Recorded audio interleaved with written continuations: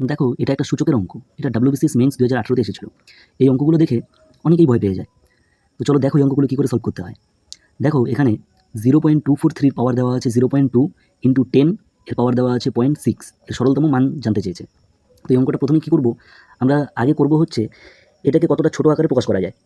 যেমন এখানে 243 আছে, তো এটাকে আমি লিখতে পারি, আগে দশমিকটা উঠিয়ে নিই, 243 নিচে আসলো, টোটালটার পাওয়ার কিন্তু 0.2, তাহলে আমি এটার পাওয়ারও আমি দিতে পারি, এটার পাওয়ারও আমি 0.2 দিতে পারি, তাই তো, ইন্টু যেটা আছে এটা সেমি রাখলাম।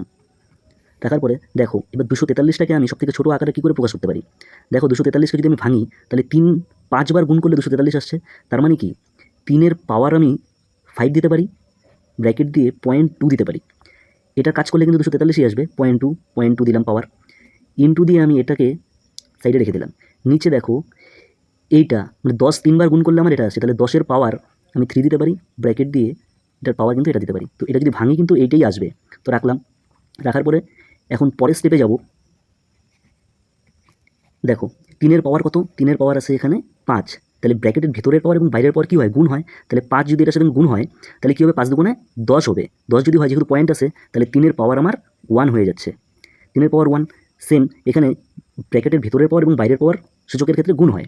তাহলে যদি গুণ করি তাহলে 10-এর পাওয়ার কত হয়ে যাচ্ছে, 10-এর পাওয়ার হয়ে যাচ্ছে 0.6 ইন্টু 10.6 এখানে আছে, এটা কেটে দিলাম, এটা আমার অ্যান্সার পড়ে রইল। 3-এর পাওয়ার 1 = 3, এটাই আনসার। 3 কোথায় আছে, অপশন নাম্বার এ সঠিক উত্তর। তো এই অঙ্কগুলো দেখে ভয় পাওয়ার কিছু নেই। যদি তোমাদের ভালো লেগে থাকে তাহলে লাইক কমেন্ট শেয়ার করে দিও এবং আমাকে ফলো করো। এরকম আরও অঙ্ক তোমাদের জন্য নিয়ে আসবো।